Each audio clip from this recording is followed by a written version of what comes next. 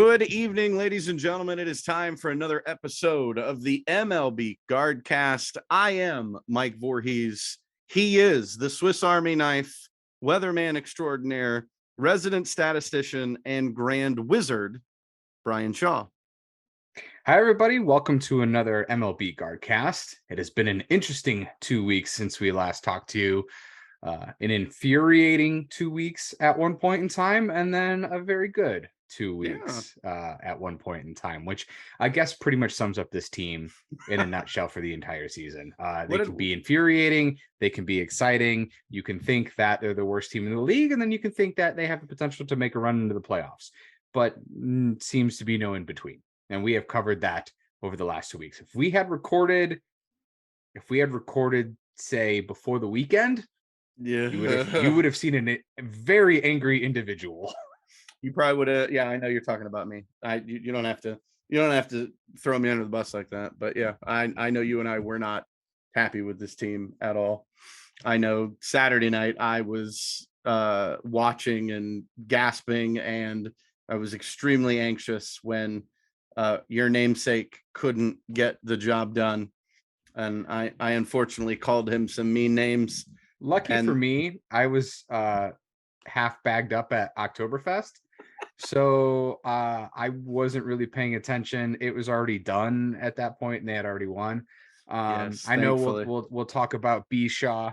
I'm not going to get on his case too bad for that bad outing because I looked some stuff up, and he's allowed to have a bad one because everybody's entitled. I just think the fact that we were hopeful that Clase wouldn't have to be used, and then they ended up having to go to him because Shaw couldn't get 3 outs.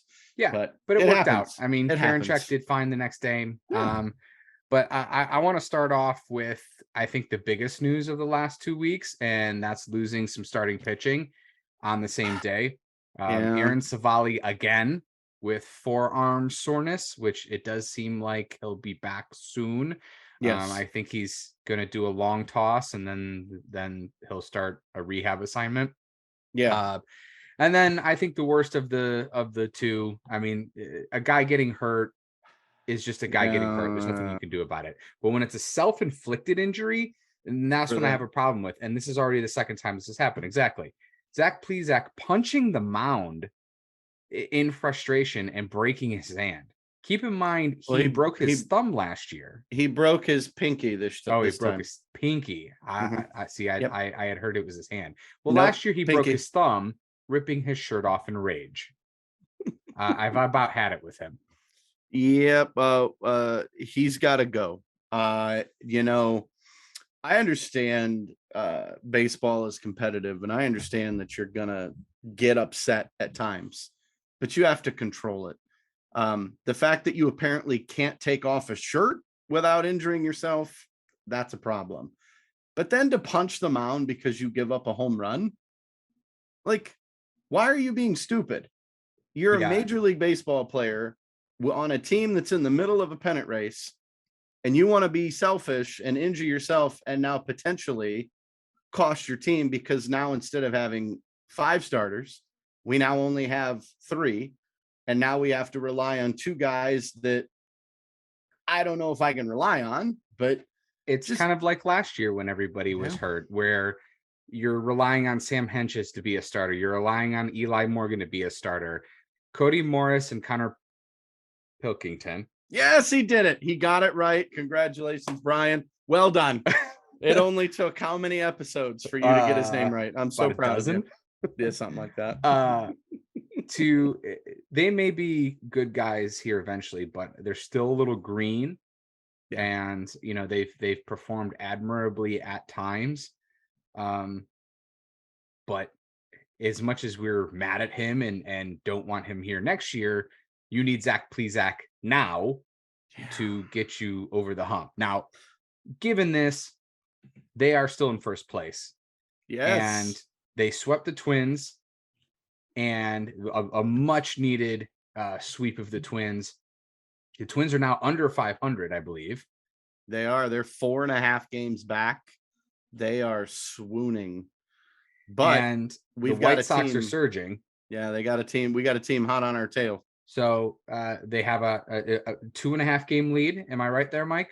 Yes, 2.5 games 2.5 over game the lead. White Sox. Neither team plays tonight, which is good. We've started a series with the Angels, two teams heading in opposite directions. The Angels falling apart, can't seem to win games, and the Guardians just keep finding ways to win, even when it looks bad. So yeah, we've got I've got our magic number, Brian. I don't know if you're interested in our magic number, but And it is 22. 22, just like the win streak. 22 is our magic number. I mean, we've got a 3-game series with the Angels, which starts, it's ongoing. We're currently tied. We have a makeup game against the White Sox from the warning track flood. Then we have 5 games at home versus the Twins, one more doubleheader at least. Then we're on the road for 3 against the White Sox. Those are 2 humongous series. But then we're back home, or no, we're on the road against Texas, and then we finish with 9 games at home, 3 against the Rays, 6 against Kansas City. So That's big.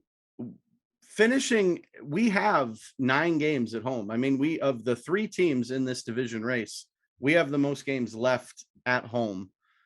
And we have fans that need to go out and support this team. Well, this team needs to perform at home. They do. Because the last homestand, there wasn't a lot to cheer about. And that's where we were kind of talking. It was the tale of 2 different weeks here. They needed that sweep against the Twins because miraculously, when they lost 5 of 6 against the Orioles in Seattle, they were still somehow tied for first place. How that was possible? Good thing we play in a junk division. The Twins and the White Sox kept losing, so when we would go down, they would go down, so they couldn't gain any ground on us, which is fine. But what frustrates me, Brian, is so this team is currently 73-65. Our record's not even good enough to get in as a wild card. It is division or nothing. I mean, and I kind of expected that. At least at the midway point, when it came around the time of All-Star, I felt like that was going to be the case. Now I didn't expect the Orioles to have a better record than us at that time. They don't at this point, but yeah, they're the 4th team in the wild card race. But if you'd have told me Tampa Bay, Seattle, and Toronto would be the wild card teams, I'd have looked at you and probably laughed. Toronto, maybe. Tampa, Seattle, I would have guessed. Not Tampa. Yeah, I guess. Who would you have put there instead? The Red Sox? Boston. Yeah, I just would have assumed it would have been Boston. I mean, they're the fact that they're having such a terrible season. Well, and to add more frustrations to that week, they weren't scoring at all. They scored 1 unearned run in 4 games, but then somehow turn it around, and we're averaging 5.4 runs in the 5 of the last 6 wins. So they lost 1 against Kansas City, which was a tough one, where Emmanuel Clase just couldn't find the strike zone, very un-Clase like. Yeah. And unfortunately, he gave up a game winner. So, can't hold out against him. He's just been phenomenal. And then thankfully, 2 days later, he pitched again and pitched a gem. So right out of it. I don't know if I've said this on the pod, but I did say on Twitter and that it was around like late July, early August. I kind of wanted to see a outing like that out of Clase to get it out of his system. Yeah. Because he's not going to be perfect always. So you're playing kind of against the odds if he doesn't have an outing like that. And so now it's out of his system, and hopefully he can cruise us for the rest of the month of September and then into the playoffs. This team, as we've talked about, has just been kind of just very up and down. Another statistic that I feel like is kind of evidence of that, and something that was extremely frustrating, not only during that losing streak, but even in recent time, is the amount of errors that we're seeing out of this team. They are 8th in errors, and I know Tyler Freeman has seems to have a consistent bat, Yeah. but his defense has been iffy to me. But then what's wild is, yeah, they're 8th in errors, but they're 3rd in average runs saved. So it's just like boneheaded mistakes. Yeah. Even The Jose errors, made one the other night, which made me really scratch my head. I'm like, why? He's usually really good, and he just made a boneheaded play. And I'm like, what are you doing? yeah. Now, so one good thing out of that, as I was looking up those statistics, it's just something that popped in my mind. Um, there is a team that is not good in either of those categories, and that's the White Sox. They're 3rd in errors, and then they're dead last in average runs saved in the defensive metric. So that hopefully will play to our advantage, especially with our style of baseball, as some have liked to dub it a disgusting brand of baseball. But that should hopefully help with the 4 games that we do have against them, because you put balls in play, and if they're going to kick it around the field, so be it. Yeah. There's a lot. I mean, we need to go on a run. We need to get some help. We've got to win these series against the White Sox, the Twins. I mean, if we can take 2 out of 3 from Tampa, 2 out of 3 from Texas, we control our own destiny. It's basically win and we keep playing. And if we lose, then we're going home. And I still don't think, even if they lose and go home, that you can look at this season and call it a waste. This No, team has not at all. been absolutely incredible. We don't hit home runs as a team. We don't hit the ball extremely hard, but we do get on base. They make amazing contact, and the pitching has held its own for the most part. But not having Plesac and Savali is going to hurt. It's If going to we can be, stay afloat at least until one of them comes back, yeah. I think we'll be okay. Because like you said, Morris, he's only made 2 starts. He's 0-1 with a 3 ERA, but he can only throw like 60 pitches. That's his max. He hasn't been stretched out. So when he plays, it's like a bullpen game. So Yeah. you're going to see people like Eli Morgan and Sam Henches and, Angel De Los Santos. And you're going to see those kinds of guys because that's what it is. I mean, but Bieber, McKenzie, Quantrill, I was stunned when I saw Cal Quantrill's win-loss record this year. He's He got the is best record of the team, 12 doesn't and he? 5. Yes, 12 and 5 for Cal Quantrill with a 3.5 ERA. Yeah, I'll take that Bieber has had. as a number 4 guy, I think is what he was in our rotation. Yeah, a lot of the guys, Bieber's 10-8, McKenzie's 10-11. They've had some losses that have been put on their backs that they didn't really deserve because, they're just a poor run support. But if you take your top 3 starters right now, Bieber, McKenzie, Quantrill, all 3 of them have an ERA under 3.5. Yeah. I would take those 3 in a 5-game series right now. And Connor has an ERA under 4. Well, right now, that was before A we 4-run. recorded tonight, and his earned run average is now 4.3. 4.3. As he got charged with 4 earned runs tonight. But it is what it is. I mean, if he can just hold his own, the offense has to step it up. But we've got some other things to discuss. I saw this and I was a little concerned, and I wanted to get your take on it. Obviously, if the playoffs started today, I tweeted with you, Brian. I showed you what the graphic would be. In the American League, the Astros and the Yankees get buys.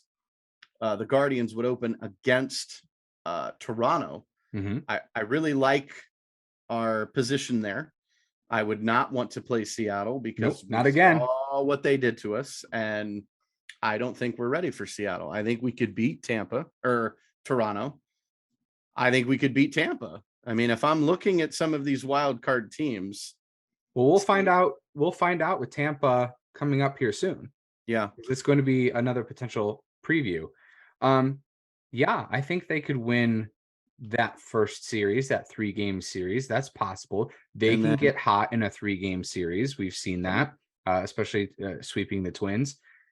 But can they get hot for a 3-game series and then a 5-game series? I'm not so sure. If it's against the Yankees, yes.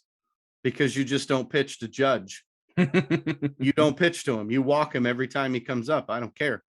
He's the carrying that team. That team has fallen apart. They had that division. They had like a 20-game lead in that division, and it has dwindled to the point where now there's rumors of them potentially being, they could be a wild card team. They only have a 5.5-game lead over Tampa right now. That's crazy. Wild. Their pitching has fallen apart. Their offense has fallen apart. They're getting hit with injuries. Rizzo's hurt. LeMahieu's hurt. Donaldson's been in and out of lineup a bunch. Like, I would like our chances against the Yankees right now. The Astros, I think we could beat the Astros. See, I think it would be a good series. I think the thing that Houston has that we don't is their starting pitching has been absolutely incredible. And that's what scares me is the ace caliber, the Cy Young caliber pitcher seems to dominate pretty well against this team. Yeah, you got Verlander, you've got Framber Valdez, you've got a lot of guys that, and they could go on a 3-4 man rotation and wouldn't even have to use their fifth guy. right? And I wouldn't like our odds. Obviously, I'd love to be nice and surprised and have them, pull off a 2016 here. And all it takes is a couple of wins, get your confidence going. And the thing that worries me is they can't hit the long ball. And we know in postseason play, it's a huge way of scoring runs. And we just don't have, like, other than Jose in the lineup that can hit home runs pretty regularly. Josh Naylor's kind of cooled off. I haven't seen him hit a home run lately. Jimenez seems to hit him every once in a while. Rosario hits him every once in a while. Naylor had a bomb just the other day. Okay, well, that's good. He needs them. That's what we need. But speaking of this lineup, so the offense runs through Stephen Kwan, our amazing leadoff hitter. I'm so thankful that Tito listened to you and dropped Straw to 9 and moved Kwan to 1. That was beautiful. Ahmed Rosario, Jose Ramirez, Josh Naylor, Jimenez, and then Gonzalez. And Kwan need to be in the running for Rookie of the Year, hands down. Whether Gonzalez they win it or not is fine. Has been great. Gonzalez has been insane. Him. He had that 2 home run night, which was huge. Ironically, in tonight's game, they are tied 4-4, but the 3 of the RBIs, 2 from Hedges and 1 from Tyler Freeman. And, guys that you didn't mention, you mentioned Straw moving down to the bottom of the lineup. Miles Straw in the last 7 days is batting .375 with only 1 strikeout. In the last 14 days, he's batting .286 with only 4 strikeouts. So maybe Tito read my notes. He may have hacked my computer, because that's exactly what I said. If we're relying on Hedges or Maley or Straw or even Owen Miller, we're in trouble, because those 4 guys have been semi-quiet lately. Owen Miller's kind of cooled off dramatically. Straw has struggled, but he's showing signs of life. He's hitting the ball well. And I think so is Owen Miller. I mean, you're kind of pulling the broadcaster jinx here. You're slandering all these guys' names, and Owen Miller has 2 hits tonight. Well, great. No, that's what I want. I want absolutely. Owen Miller You're to right. I'm just odds. teasing you. But here's my worry, Brian. Who's on our bench? Ernie Clement, Mr. Tyler Utility Freeman. Guy. Rookie, Tyler Freeman. Rookie, Richie Palacios. And rookie, Will Benson. That scares me. Because those 4 guys don't have a ton of playoff experience. Gonzalez and Kwan have 0 playoff experience. Rosario, Ramirez, Naylor, that's it. Jimenez doesn't even have playoff experience. Yeah. So interestingly enough, I've heard this said a couple of times, and I'm not sure I particularly understand it, but I've heard people say that they're too young and naive to know that they don't belong, or to know that the moment is too big. Hey, prove us wrong. And I love when players can prove media folks wrong. I do, because I would love nothing more than to watch this team pull a 2016 and just go into the playoffs and just start wreaking havoc. And no one gave them a chance at the beginning of the year. Yeah. They said that the Guardians would finish third in our division. Third. They had the White Sox 1, Twins 2, us 3. And Well, now the roles have reversed. Mike, we have some rule changes, and I We think some of these do. are going to benefit our team. But I want you to give a shout out to our graphics guy Yes. and tell everybody about where they can get some awesome logos or graphics. Yeah. So for their company. Are you looking to spruce up your company's logo or their website? Are you looking for help when it comes to digital arts and marketing? Then you need to look no further than NovaDigitalArts. You can check out their work at NovaDigitalArts at iCloud.com. Tell them that the MLB Guardcast sent you. NovaDigitalArts is located in Green. Give Derek a call at area code 234-716-1687. NovaDigitalArts, creating magic since 2007. Huge shout out to them. We also have that information in the description of the pod if you're listening to it, or in the description of the video on YouTube if you are watching this. We have that information if you need it. But yeah, some big changes here in the MLB for next year. If you have been listening to us since the beginning of your and I's partnership, we kind of recapped this at the beginning of the year. We did. This was during the lockout and the changes, but now these are official. And I think there's some slight alterations to them, or at least some fine tuning to some of these rules. But here are the big ones. We have a pitch clock that's going to go into play starting next year. If the bases are empty, it's 15 seconds. If there is a runner on, it is 20 seconds. And the clock starts when the ball gets back to the pitcher. That's when the clock starts. So they're trying to speed baseball along. And I get that. Games can tend to drag on a bit. I want to see what the punishment is if the pitch clock expires. Yeah, that's interesting because they haven't talked about that. Now they do talk about a punishment because now there is a pitcher can only come off of the rubber twice in an at bat, whether that's a pickoff or a timeout. And if they do it a third time, they have to record an out, meaning they have to throw it and record an out. If they do not, it's a balk.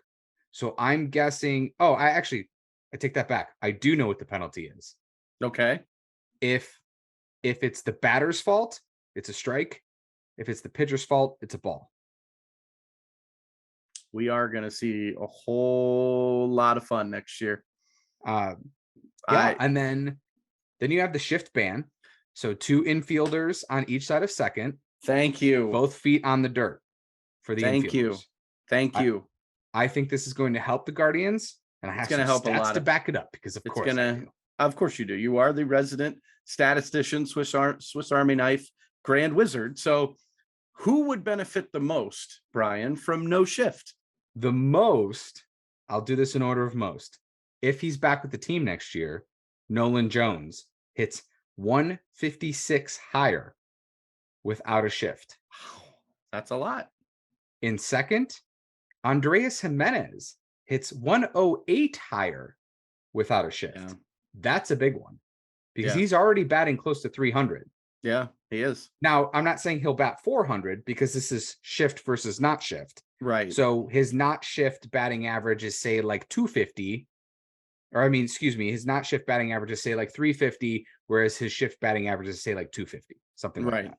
Yeah. And then Richie Palacios will bats 43 points higher. So without a shift. What's funny is those 3 men have something in common. They're all left-handed hitters. But interestingly enough, Josh Naylor. Now, so it goes the other way here too. Josh Naylor and Jose Ramirez are shifted on so much that their batting average are actually slightly higher in the shift. True. But that's just because they are shifted on so much. And then everybody else, it was kind of statistically insignificant. But still, though, I mean, as a baseball fan, I have despised the shift for a long time. I just feel like it gives the defense an extra advantage that they don't need. And it kind of takes away some of the fun of the game. And who's it going to help? Small ball teams. Teams that can't hit for, high what is it? I was watching the Guardians Twins game Saturday night. John Smoltz and some other guy was the broadcaster, and they talked about how the Guardians are near the bottom with home runs and exit velo and all this other stuff, but they're at the top with the least amount of strikeouts and most balls put in play and all of these and we've things. talked about a lot of Yep. those. Yeah, The other the thing strikeout rate and things like that. The other thing that made me laugh about John Smoltz is he referred to them as the Indians 7 times. I mean, he figure it out. He did the first 5. He didn't realize it. His broadcast partner called him out on it.